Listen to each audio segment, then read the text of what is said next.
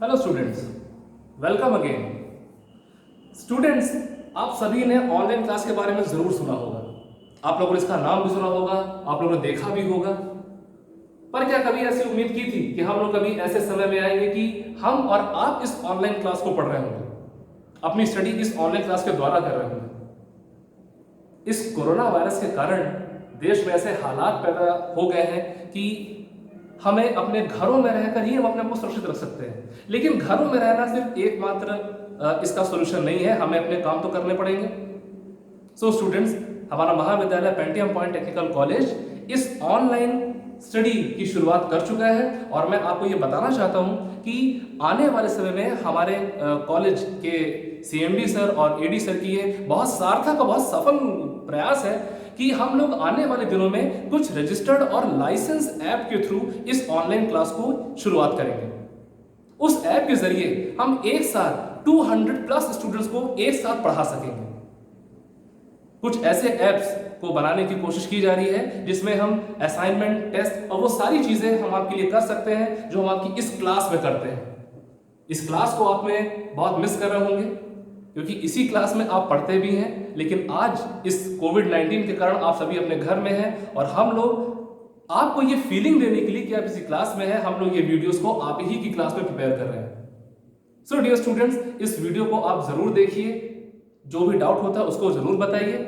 और एक बात मैं आपको और बताना चाहता हूं कि इस कोरोना वायरस के कारण दूसरे शहरों में जिस प्रकार से इन्फेक्शन फैला है, तो निश्चित सी बात है कि हर 12th पास आउट स्टूडेंट को, हर ग्रेजुएशन पास आउट स्टूडेंट को मन में एक ये डर जरूर होगा कि वो अपनी एजुकेशन के लिए यदि बाहर जाते हैं तो इस प्रकार का संकट दोबारा, भगवान करे नहीं है, पर आ भी सकता है या कोई और प्रॉब्लम आ सकती है। तो आपको बताना चाहता हूं कि आपके रीवा शहर में ये पेंटियम पॉइंट कॉलेज एक ऐसा संस्थान है जहां पर एजुकेशन से रिलेटेड सारी फैसिलिटी है और आपको कहीं बाहर जाने की जरूरत नहीं है। आप इसी कॉलेज में बेहतर से बेहतर शिक्षा प्राप्त कर सकते हैं। जैसा कि मैंने आपसे बात की थी कि कुछ दिनों में हम लोग कुछ रजिस्टर्ड और लाइसेंस ऐप के जरिए ऑनलाइन क्लास की शुरुआत करने जा रहे हैं। सो स्टूडेंट्स, हम लोग अब शुरू करते हैं, अपने टॉपिक की ओर बढ़ते हैं और आज का जो हमारा टॉपिक है वो पेट्रोलियम बायोटेक्नोलॉजी का पार्ट 3 है और हमारा टॉपिक का नाम है रिफाइनिंग ऑफ पेट्रोलियम। हमने पार्ट 1 बताया था कि पार्ट 1 में पेट्रोलियम सेक्टर्स के क्या चैलेंजेस हैं। चैलेंजेस में हम लोगों ने बात की थी कि पेट्रोलियम सेक्टर में बेसिकली 2 हमारे इश्यूज हैं। पहला, रिकवरी, ऑयल की रिकवरी, क्रूड ऑयल की recovery, and second one is impurities को रिमूव करना। स्टूडेंट्स, आज हमारे पास जो टेक्निक है, जो भी हम मैकेनिकल मेथड जो हम यूज कर रहे हैं, उससे हमारी ऑयल की रिकवरी तो हो रही है, पर हम उस ऑयल की रिकवरी को और ज्यादा बढ़ा भी सकते हैं। कैसे बढ़ा सकते हैं कि हमने पार्ट 2 में बताया था, माइक्रोबियली इनहैंस्ड ऑयल रिकवरी, MEOR। तो MEOR के द्वारा, जो कि एक टर्शरी रिकवरी अप्रोच है, हम इस अप्रोच के द्वारा मैक्सिमम, ज्यादा से ज्यादा ऑयल को रिकवर कर सकते हैं। हमने आपको यह बताया था पार्ट 2 में कि किस प्रकार से माइक्रो ऑर्गेनिज्म गैस का प्रोडक्शन करके, बायोसर्फेक्टेंट का प्रोडक्शन करके, एक्सोपॉलीसैकेराइड का प्रोडक्शन करके ऑयल रिकवरी को एनहांस करता है। अब हमारा पार्ट 3 शुरू होने जा रहा है रिफाइनिंग पर, कि हमें क्रूड ऑयल की रिकवरी तो हो गई, लेकिन अभी भी उस क्रूड ऑयल में कुछ ऐसे कंपोनेंट्स हैं जिनको रिफाइन करना बड़ा जरूरी है। आप इस टॉपिक पर जरा ध्यान दीजिए। यहां पर लिखा हुआ है रिफाइनिंग, फिर से फाइन करना है हमें। किसको फाइन करना है? पेट्रोलियम जो प्रोडक्ट जो हमको मिला हुआ है, क्रूड ऑयल, हमें उसकी रिफाइनिंग करनी है। क्यों करनी है? वाई, जरूरत क्या है? जरूरत इसलिए है क्योंकि हमारे क्रूड ऑयल में अभी बहुत सारे कंपोनेंट्स अभी प्रेजेंट हैं। जो रिफाइनिंग प्रोसेस है पेट्रोलियम की, वो फिजिकल, केमिकल और थर्मल प्रक्रिया से गुजरने वाली एक ऐसी प्रोसेस है जिसमें क्रूड ऑयल से हम क्रूड ऑयल के जो अलग अलग फ्रैक्शन है, पेट्रोल, डीजल, केरोसिन, हम उस क्रूड ऑयल से उनको अलग अलग, उनकी एक फ्रैक्शन, उनका सेपरेशन कर सकें। तो रिफाइनिंग ऑफ पेट्रोलियम का मतलब है कि एक ऐसी प्रक्रिया, एक ऐसी प्रोसेस जिसमें हम क्रूड ऑयल से जो अलग अलग फ्रैक्शन है, जो कंपोनेंट्स हैं, उनको हम अलग अलग कर सकें, उनको हम सेपरेट कर सकें। हम उनको एक अलग फ्रैक्शन में सेपरेट कर दें। क्रूड ऑयल से पेट्रोल निकल रहा, डीजल निकल रहा, केरोसिन निकल रहा, हम इसको निकालने की जो प्रक्रिया है ये है रिफाइनिंग बेसिकली। और फिर आवश्यकता अनुसार जरूरत पड़ने पर जो फ्रैक्शन अलग हुए हैं उनमें से इंप्यूरिटीज को अलग करके हम फाइनल एंड प्रोडक्ट, जो हमारा फिनिश पेट्रोलियम प्रोडक्ट है, हम उसका फॉर्मेशन कर सकें। इसलिए हमें रिफाइनिंग करना बेहद जरूरी है। सो स्टूडेंट्स, रिफाइनिंग में हमने एक बात तो कर ली फ्रैक्शन को अलग करने की। मैं इसको लिखता भी जाता हूं ताकि आपके मन से वो पॉइंट जाए ना। एक तो है इनके फ्रैक्शन की हमने बात की कि हमें उन फ्रैक्शन को अलग अलग करना है। फ्रैक्शन के अलावा एक पॉइंट यहां पर और इंपॉर्टेंट है, और वो है हमारे इम्प्यूरिटीज, अशुद्धता। हमें क्रूड ऑयल मिल तो जाता है, लेकिन उस क्रूड ऑयल में कई सारे फ्रैक्शन तो है, पेट्रोल, डीजल, केरोसिन, इसको तो हम अलग कर लेंगे, लेकिन जो इम्प्यूरिटीज है हमें उन्हें भी तो अलग करना पड़ेगा। इम्प्यूरिटीज की यदि हम बात करें तो इम्प्यूरिटीज में बहुत सारे हैं, जैसे कि हमारा सल्फर है, नाइट्रोजन, मेटल्स, ये कुछ इम्प्यूरिटीज भी हैं। तो हमें इन इम्प्यूरिटीज को अलग करना बेहद जरूरी है, क्योंकि अगर हमारे फ्यूल में ये इम्प्यूरिटीज रह गई और जब उस फ्यूल को जलाया जाएगा तो जलाने पर जो गैसेस निकलेंगी उसका असर कहां पर होगा? हमारे एनवायरनमेंट में होगा। उस एनवायरनमेंट में रहता कौन है? हम रहते हैं, एनिमल्स रहते हैं, प्लांट्स रहते हैं।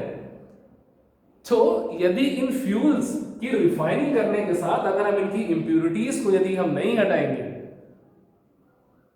तो ये फ्यूल हमें उल्टा नुकसान भी पहुंचा सकते हैं।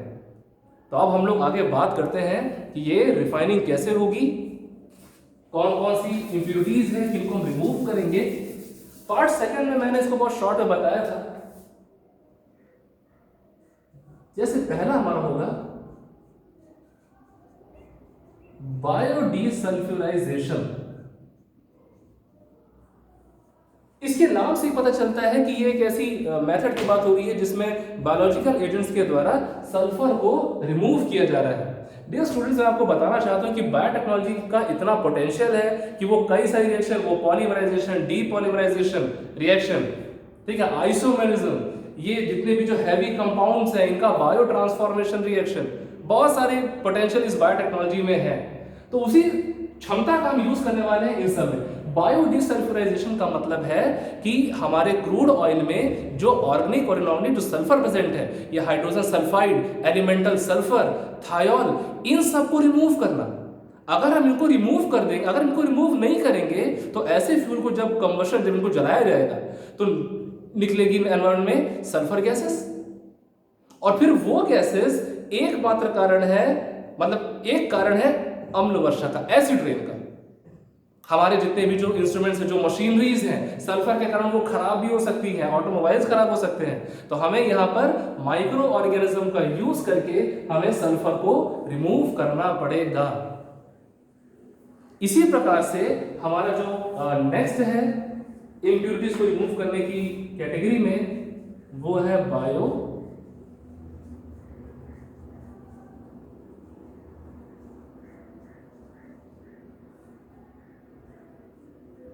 बायोडीमेटाइलेशन।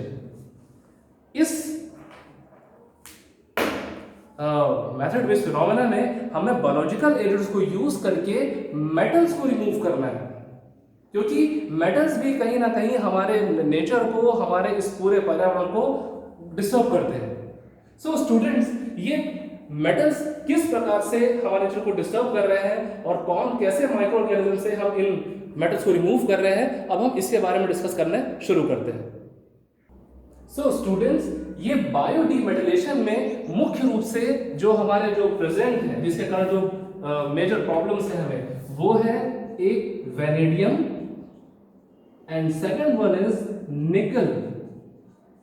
वेनेडियम एंड निकल, तो इनको रिमूव करने के लिए हम लोगों ने माइक्रो ऑर्गेनिज्म को यूज किया है। ऐसे माइक्रो ऑर्गेनिज्म जो basically haem oxygenase, cytochrome C reductase, ऐसे एंजाइम्स का इस्तेमाल करके हम इन मेटल्स को अपने क्रूड ऑयल में से रिमूव कर सकते हैं। जब ये मेटल जब रिमूव हो जाएंगे, वही ऑयल हमारे नेचर के लिए और हम सबके लिए सुरक्षित भी होगा।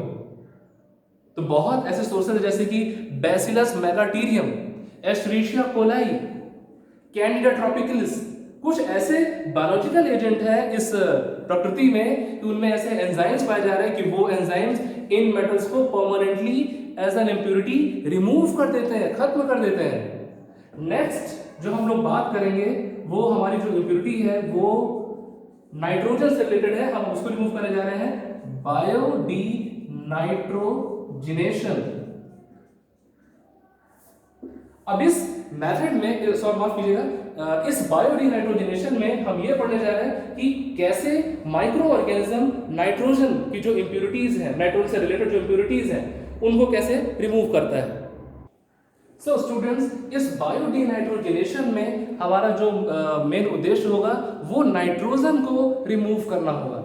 तो इस नाइट्रोजन बेसिकली क्रूड ऑयल में जो नाइट्रोजन है वो क्यूनॉन, इंडोल्स, कार्बाजोल्स, पायरोल्स इस रूप में प्रेजेंट होते हैं। तो इन नाइट्रोजन कंटेनिंग जो इंप्योरिटीज हैं हमारे क्रूड ऑयल में, उनको रिमूव करने के लिए बेसिकली हम स्यूडोमोनास का इस्तेमाल करते हैं। स्यूडोमोनास एक बहुत ही पोटेंट बैक्टीरियल सेल है, वो माइक्रोब्स ऐसे एंजाइम्स को प्रोड्यूस करते हैं जो इस नाइट्रोजन कंटेनिंग इंप्योरिटीज को परमानेंटली रिमूव कर देता है। इसके अलावा जो हमारे जो लास्ट जो हम लोग बात करेंगे इसमें वो है बायो ट्रांसफॉर्मेशन। इस बायो ट्रांसफॉर्मेशन के बारे में मैंने आपको पहले भी बताया है कि एक ऐसी मेथड है जिसमें बायोलॉजिकल एजेंट्स के द्वारा हम किसी भी कंपाउंड को ट्रांसफॉर्म कर रहे हैं एक फॉर्म से दूसरे फॉर्म में। वैसे इसका नाम भी है बायो, मींस बायोलॉजिकल मेथड द्वारा ट्रांस मतलब ट्रांसफर करना, किसको, फॉर्म को, रूप को। तो यहां पर क्रूड ऑयल में कुछ ऐसे हैवी क्रूड्स होते हैं, हैवी कंपोनेंट्स होते हैं जिन्हें हम लाइट